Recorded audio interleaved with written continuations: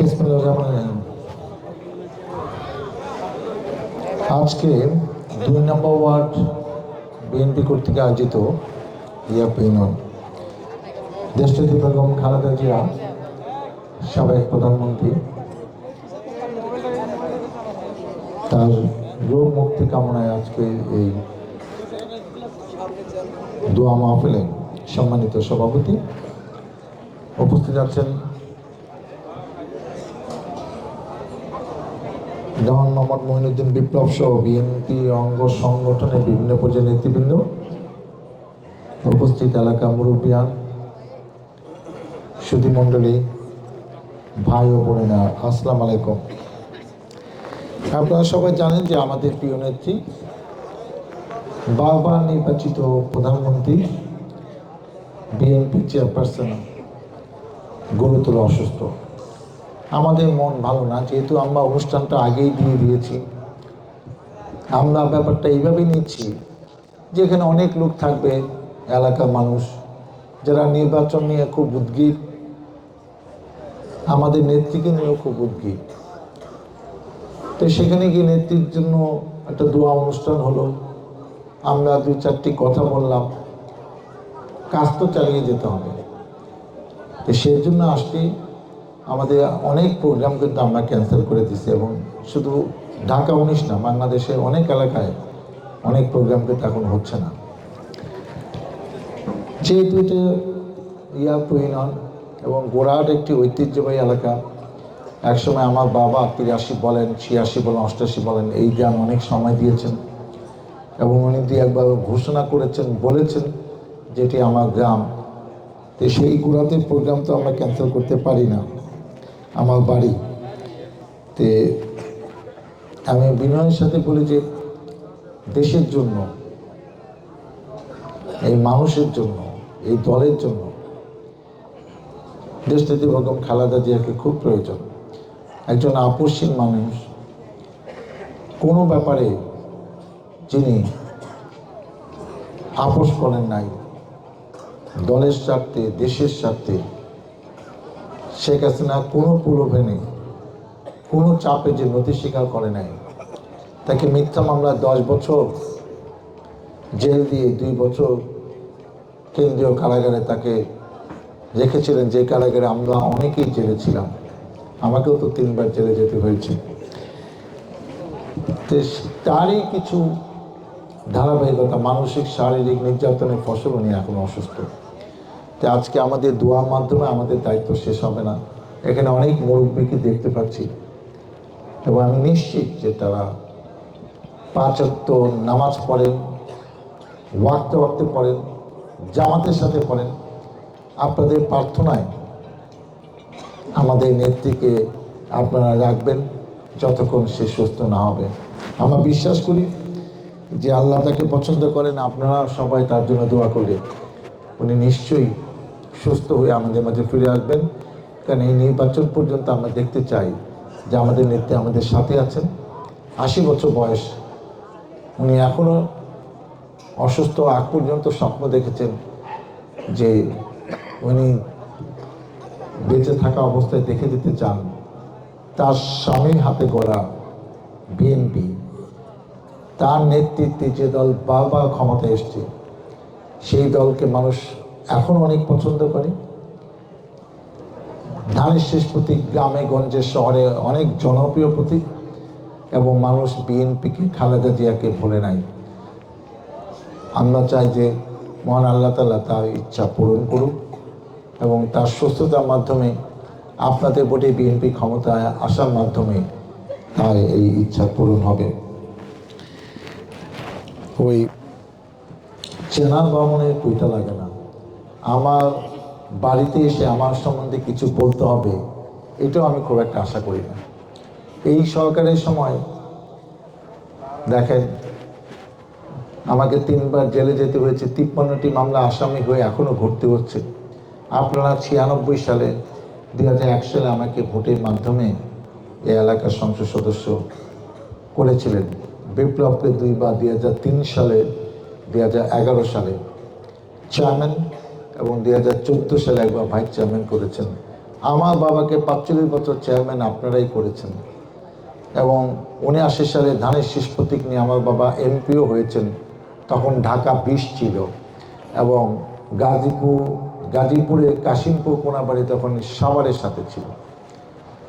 তো সেই সব কাহিনী আপনারা সব জানেন। তো আমরা বিভিন্ন সময় দায়িত্ব পালন করতে গিয়ে কম বেশি এলাকায় কাজ করেছি। আবার এই এলাকা বিএনপি বলে আমাদের পরে খুব একটা রাস্তাঘাটও এখানে হয় নাই। এই এলাকা বিএনপি বলে এই এলাকার উপর দিয়ে অনেক অত্যাচারও হয়েছে, সেই সব কাহিনী আমরা জানি। আমরা পারি নাই আপনাদেরকে রক্ষা করতে, কিন্তু সেগুলা ভুলি নাই। এবং শুধু তাই না, আমরা চেষ্টা করেছি এই দেওয়ান পরিবার আপনাদের বিপদে আপদে থাকতে এবং আপনাদের জন্য কিছু করতে। আজকে আমাদের ভাড়াকান্ত জীবন নিয়ে আমরা খুব বেশি কিছু বলতে চাই না, শুধু বলি এই এলাকার জন্য, আমাদের শুধু এই গ্রামের জন্য না, আমরা শিখুন্ডিয়াতে একটি সালেহা ইদ্রিস প্রাথমিক বিদ্যালয় করেছি, যেটি এখন সরকারি প্রাথমিক বিদ্যালয়। আমি জিরাবতে একটি কলেজ করেছি, এমপিওভুক্ত কলেজ। আমরা জমি দিয়েছি ১২ বিঘা। আমরা সাভারে একটি ল কলেজ করেছি, আব্বার নামে দেওয়া ইদ্রিস ল কলেজ। এবং নিশ্চিন্তপুর গ্রামে একটি স্কুল করেছি, এমপিওভুক্ত প্রতিষ্ঠান, যেখানে ৫০০ স্টুডেন্ট এখনও পড়াশোনা করে। আমরা ঈদগাহ, কবরস্থান, মসজিদ, মাদ্রাসা, আমাদের জমি দেওয়া আছে, অবদান আছে। একসময় তো আমরা থাকবো না। বাবার কিছু জমি জমা ছিল, সেখান থেকে কিছু দিয়ে গেছি, যাতে আল্লাহ মনে করে যে না, এরা কিছু কাজ মানুষের জন্য রেখে এসছেন। অনেক কিছু তো আল্লাহকে সন্তুষ্ট করতে পারছি কিনা জানি না, তা আল্লাহ যেন বুঝে যে না, মানুষের জন্য আমরা কিছু কাজ করছি, আল্লাহ বাকিটা তুমি আমাদেরকে দেখো। তো দেখেন, এই এলাকা অনেক সমস্যা আছে, আবার অনেক সমস্যা নাই। আজকে এই যে জিল্লু আমার কাছে কিছু দাবি করলো। একটি দাবি যে ৭ ফ্যাশন থেকে গোড়ার প্রাইমারি স্কুল, ইউনিটি স্কুল হয়ে যেটা রাস্তাটা, এটা ১ কিলোমিটার কম। তো এখন হয় কি, ইচ্ছা করলে যে আমি সব কাজ এখন করতে পারবো না, কিন্তু আমি আপনাদের কথা দিয়ে গেলাম, এটা আমার বাড়ি। নির্বাচনে পরে প্রথম কাজ এটা আমি করে দেবো এই এলাকা। আর একটা কাজ জিল্লুরা আগে আমার কাছে দাবি করেছিল, কিছু কিছু প্রশাসনিকভাবে তো কাজ হচ্ছে টুকটাক। তো সেখানে আমরা তদবির করেছিলাম এই দেবনিয়া গার্মেন্টস থেকে পাকা মোড় হয়ে দুয়াটি স্কুল, এইটা মনে হয় কিছুদিনের মধ্যেই, এই ১ মাসের মধ্যে হয়তো কাজটা শুরু হয়ে যাবে। এটা আমি আপনাদের ইনশাল্লাহ কথা দিয়ে গেলাম। আর একটা হলো সিনসিল গার্মেন্টস থেকে এই নাইটিঙ্গেল পর্যন্ত, এটা আমরা ইলেকশনের পরে ওই 2টা কাজ আমরা একসাথে শুরু করব, সবার আগে শুরু করব। এটা কইল না, আমাদের একটা পারিবারিক ঐতিহ্য আছে, সেটার জন্য আমরা ভুলে না যাই। কতগুলো কমন সমস্যা আছে, আপনাদের গ্রামে কম, অন্য গ্রামে বেশি, কিন্তু এগুলো আমাদের বলতে হচ্ছে, কারণ অতীতে আমরা এই কাজগুলা ওইভাবে সুন্দর করে করতে পারি না। কিন্তু বিগত 17 বছর এই কাজগুলাই সবচেয়ে বেশি হয়েছে। কি? মাদক যে যুব সমাজকে ধ্বংস করতেছে। একটা ছেলে পড়াশোনা করতো, এই মাদক সেবন করে যে সে এখন পড়াশোনা করে না। 1 টাকা বা একটা ছেলেও যদি নষ্ট হয়, যার ছেলেটা নষ্ট হলো ওই ছেলেটা তো মানুষ হলো না। ওই বাপ মা কি ভাবতেছে যে এই যুগে এসে আমার ছেলেটা ম্যাট্রিক পাস করতে পারলো না, কার সাথে ঘুরে বেড়ায়, কয়েকদিন পর টাকার লেগে চাপ দেয়। এটা তো যার কারণে ছেলেটা নষ্ট হলো, আল্লাহর তরফ থেকে তো তার গজব নাযিল হবে। বিগত 17 বছর এটা একটা সিন্ডিকেট করে মাদকের ব্যবসা চালাইছে। যারা ক্ষমতায় ছিল তাদের নেতৃত্বে টাকা ভাগ বাটোয়ারা হয়েছে। আমি আপনাদের এই কথাটা বলে যাই, আমি দেওয়ান ইদ্রিসের ছেলে ডাক্তার সালাউদ্দিন বলছি। এখন হয়তো অনেক কিছু ওই 15 দিন, 7 দিন, 10 দিনে হয়তো কন্ট্রোল করতে পারবো না। এই মাদকের কোনো চিহ্ন এই গ্রামে, পাশের গ্রামে কোথাও থাকবে না।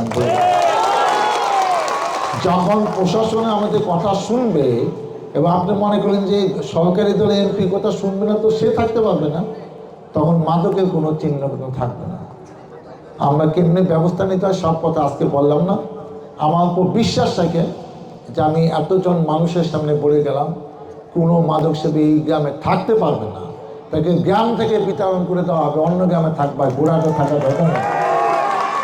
আমরা অনেক চাঁদাবাজকে জানি, বিগত 17 বছর হয়েছে, তারা এখনো আশা করে আছে যে একই ফর্মুলা এখনো চালাইব।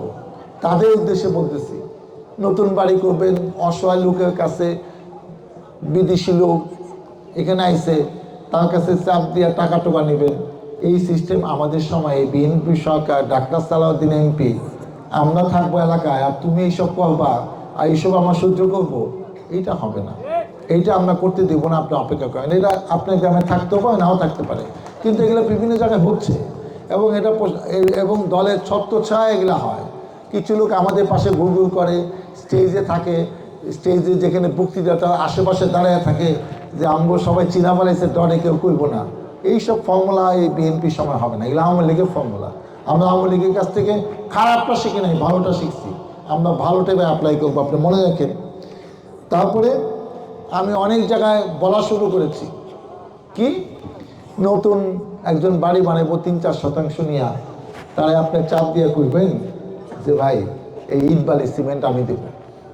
একটা লোক অনেক পরিণত বয়সে বাড়ি বানায়, নিজে সমস্ত টাকা সঞ্চিত টাকা জমায়া, কখনো ব্যাংকের থেকে লোন নেয়, কখনো আত্মীয় স্বজনের কাছে লোন নেয়, লোন নিয়ে সে বাড়ি করতে গিয়ে দেখেছে এটা কোন জ্বালায় পড়লাম। সে কয় আপনি আমি 1 নাম্বার ইট দিব। হ্যাঁ, তার লোক একটা ফয়সালা করলো, কি ফয়সালা, যে আমি এক গাড়ি ইট দাম কত, দাম 30,000 32,000 1 নাম্বার ইটের দাম। সেগুলো ঠিক আছে, এই টাকা আমি দিব। তারপরে সে যখন তাকে প্রথম গাড়ি দিল, 2-3 গাড়ি ভালো ইট দিয়া, পরে দিতেছে 2 নাম্বার ইট, যে ইটের দাম 22,000 23,000 24। তারপরে কি করতেছে, 3,000 ইট না, ইট দিতেছে 2700 2800। আপনি ইচ্ছা করে যে তার উপর জুলুম করতেছেন। তুমি কি এত বড় ক্ষমতা, মানুষ কষ্ট করে সে যে রাত্রে ঘুমাইতে পারতেছে না, তার বাড়িটা 2 নাম্বার ইট দিয়া হইতেছে, এটা তো সে মানতে পারতেছে না। এগুলো তো আল্লাহর তরফ থেকে আজিম নাজিল হবে। আমি অলরেডি বলছি যে আমার দলের কোনো নেতা কর্মী ইট বালি সিমেন্ট গিলে ব্যবসা করতে পারবে না, কোনো এলাকায় না। ভালো ব্যবসা করো, যে ব্যবসায় বরকত হয় সেই ব্যবসা করো। এই জালিয়াতি ব্যবসা আওয়ামী লীগের কাছে শিখছো, এগুলো এখন বিএনপির লোকজন এই ব্যবসা দরকার নাই। আমি বলে দিলাম, এখানে যারা নেতা কর্মী আছে, মদ পচের গার্মেন্টসের টাকাটুকু অনেকে পাইতেছো, ভালো কিছু করো। এইসব পোলাপান যারা এইসব ব্যবসায় যায় তাদেরকে শেল্টার দেওয়া হবে না, তাদেরকে বলে এই ব্যবসা দরকার নেই। আমরা কয়দিন পর বিচার শুনতে পারবো না, ওই ইট গিয়া গোনা আমার সময় নেই, ইট 1 নাম্বার না 2 নাম্বার এটা দেখাবো আমাদের সময় নেই। তুই ব্যবসাই করবি না, তো এই সাঁতার ব্যবসা দরকার কি? আওয়ামী লীগ যে ব্যবসা করে বদনাম কমাইছে, এর লেগে তো আওয়ামী লীগ বিদায় হয়েছে। আমরা বিদায় হইতে চাই না, মানুষের সাথে থাকতে চাই, মানুষের কল্যাণ করতে চাই, মানুষের উপকার করে ধোয়া পাইতে চাই। এই ব্যবসা হবে না। আর একটা জিনিস বলতে চাই, সেটা হলো এই যে গার্মেন্টসে শ্রমিকদের উপর অত্যাচার, বিশেষ করে মহিলাদের মোবাইল টোবাইল ছিনতাই করে তাদের রাত্রে ঠ্যাং দিয়ে টাকা পয়সা নেয়। এবং সর্বশেষ যেটা বলতে চাই, এই যে মাস্তানি করা, আমি 2-1 নাম শুনলাম, বিপ্লবকে জিজ্ঞেস করলাম বিপ্লব মঞ্চে আসছে কিনা, এখনই মানুষের সামনে পরিচয় করে দেয়, কয়ে ভাই ও মঞ্চে নাই, এহেনও নাই, ছেলের নামটাও কইলাম না। আমাদের কোনো লোক ওয়াক পায়া দিল, এইসব কোনো মস্তানকে আপনারা শেল্টার দিবেন না। সে ইচ্ছা মতো ওই গার্মেন্টসে তালা লাগাইবো, ওরে ঠ্যাক দিব, মোস্তানি করবো, কিছুদিন আওয়ামী লীগ করবো, কিছুদিন বিএনপি করবো। এই জুলুম অত্যাচার, গোড়াট একটা নিরহ গ্রাম, এখানে গোড়ার ধনেটের লোকের আরও অন্য গ্রামের লোকও থাকতে পারে, বেশিরভাগ গোড়াটের লোক। সে এলাকায় অসহায় মানুষের উপর অত্যাচার হবে, আওয়ামী লীগের সময় হয়েছে, এখনও হবে। তাহলে এদের কবে শান্তি পাবে? এই দেওয়ানির দেশে বাড়ি যে গ্রাম, সেই গ্রামের মানুষ আর কবে শান্তি পাবে? তারপর আর এমপি বানায় শান্তি পাবে না, এটা হবে না, আমি বলে দিলাম। কারণ এই এলাকায় এই যে আপনি দেখেন 17 তারিখে নভেম্বরে নাইটেঙ্গেল মোড়ে কারা গাড়ি পড়েছে, সে আওয়ামী লীগের নেতারা, যারা গোড়াটে মানুষের উপর জুলুম অত্যাচার করতো। আর কই আমি ইন্ডিয়া বয়ে থাকবো, সেই কবি আরে এখান থেকে পোলা পান্ডা দিয়ে আকাম করবো, তারপরে 3 জন অ্যারেস্ট হইব, 10 জনের নাকি মামলা হইব। বেটা তুই থাকলে আয় না, দেশে এসে তুই মোস্তানি কর, মিছিল কর। তুই নিরহ মানুষকে দিয়ে এইসব গাড়ি পরে লাভটা কি তোর? এগুলা করলে হবে? আমি একটা কাহিনী বলি, আমি এটা কোনোদিন দেখি না একটি সরকারে পতন হয়েছে, মেম্বার, চেয়ারম্যান, উপজেলা চেয়ারম্যান, এমপি, মন্ত্রী, মেয়র, কাউন্সিলর সব সুদা পলাইছে। কেন তোরা পলাস কেন? তোরা না এত জনপ্রিয়, লক্ষ লক্ষ ভোট পাইছ, সিল মেরে 1 লক্ষ, 2 লক্ষ, 3 লক্ষ, 4 লক্ষ ভোট নিছ, এমন পলাই গেছ কেন? জনগণের কাছে যা, গিয়া সালাম দে, ভাই আমাকে মাফ করে দেন, গ্রামে থাকতে চাই। তোরা পলাস কেন? আমরা তো এলাকায় আইসি, আমরা তো পলাইনি। হ্যাঁ, এলাকায় এইসব প্রোগ্রাম করতে পারি নাই, বাড়িতে এসি, বাবা কবর জিয়ারত করছি, ঈদের নামাজ পড়ছি, মসজিদে নামাজ পড়ছি, জিরা বইছি, কই এমন তো কিছু হয়নি। তো তোরা এমন কি আকাম করছো তখন পলাস? মামলা হইলে যাবেন নেই, আমরা তো কোর্টে দাঁড়ায় জামিন নিছি, আমি তো 2 বার জামিন নিতে গিয়ে আমাকে জেলে ঢুকাইছে, এই দেশ থেকে তো যায়নি। শুনেন, পৃথিবীর ইতিহাসে একটা ঘটনা নাই, আমি ইয়াং যুব সমাজের উদ্দেশ্যে বলছি, যে স্বৈরা শাসকের পতন ঘটে, বিশেষ করে যে পালিয়ে চলে যায়, সে জীবন দশায় কোনো দেশে ক্ষমতায় আসে নাই। আমি চ্যালেঞ্জ দিয়ে বললাম, ডাক্তার সাহেব আইসা প্রধানমন্ত্রী আর রাষ্ট্রপতি হইতে পারে নাই। এটা বলার উদ্দেশ্য হলো, যারা স্বপ্ন দেখে যে তাদের নেত্রী আইসা ফুট করে আইসা ক্ষমতাটা নিয়ে নিবে, এরকম স্বপ্ন 17 বছর আমি 10টা, 20টা, 30, 40টা দেখছি। মাত্র তো 1.5 বছর গেছে, 5-10 বছর যাক। আমরাও তো কষ্ট করছি, পলায় ছিলাম দেশে বিদেশে জেলে। আপনারা 5-10 বছর পলায় থাকে, দেখেন না মানুষদের মাফ করে কিনা। ইলেকশন করে, ইলেকশনে শেখ হাসিনা কইতো না ইলেকশনে আসো, ইলেকশনে আসো। এখন শেখ হাসিনার কাছ থেকে শিখছি, আমরাও করবো, ইলেকশনে আসো, ইলেকশনে আসো, ভোট চাও জনগণের কাছে। দেখো জনগণ তোমাকে ভোট দেয় না অন্য কিছু দেয়, তুমি আসো। সেই শেখ হাসিনার কাছে শিখছে, ইলেকশন করো। শেখ হাসিনা একটা ট্রাইব্যুনাল বানাইছিল। কিসের ট্রাইব্যুনাল? ফাঁসি, আন্তর্জাতিক ট্রাইব্যুনাল, অপরাধ ট্রাইব্যুনাল, যারা দেশের বিরুদ্ধে, রাষ্ট্রের বিরুদ্ধে যারা কাজ করে। সালাউদ্দিন কাদের চৌধুরী সহ আরও অনেক লোককে ফাঁসি দিছে। শেখ হাসিনা এটা জানতো না, এই ট্রাইব্যুনালে তার ফাঁসি রায় হবে, এবং এমনও হতে পারে, আল্লাহ চাইলে তো অনেক কিছু হতেই পারে। সেই কথা বললাম না, যা অন্যের জন্য কুয়া করলে নিজেই কুয়া পড়তে হয়। এটা আপনার বাপদাদার দেশ, আর আমরা কিছু না, সব ভাড়াটিয়া লোক। আমরা ইন্ডিয়া থেকে, নেপাল থেকে আইসি, আর এখানে তুমি ছিলা, তোমার 14 গোষ্ঠী, আর কেউ ছিল না। এরকম ভাবার কোনো কারণ নেই। যে যেরকম করবে তার জন্য সেরকম বিধান থাকবে। ইসলামও তাই বলে, আল্লাহ সেরকম বিধান রেখেছে। আর পরিশেষে আমি যেটা বলতে চাই, মস্তানে এখানে আর কইলেন না, অসহায় গ্রামের মানুষকে বাঁচতে দেন। এবং এরকম যদি দেখি যে আমরা আজকে এখানে বক্তৃতা দেওয়ার পরও আমরা যেসব ব্যাপার বললাম, না করলাম, আমি কিন্তু অন্যদের বাদ দাও, আমি কিন্তু ওহাব ভাই আর জিল্লুকে ছাড়বো না। তারা আমাদের কাছের লোক, দলের লোক। এরা যদি শেল্টার না দেয়, আর কে শেল্টার দেয়, এটা আমি দেখব। এইসব আমরা ভোটের রাজনীতি করি। আমি 2 বার ভোটেই এমপি হয়েছি, আবারও জনগণের ভোট নিয়ে সংসদ সদস্য হইতে চাই।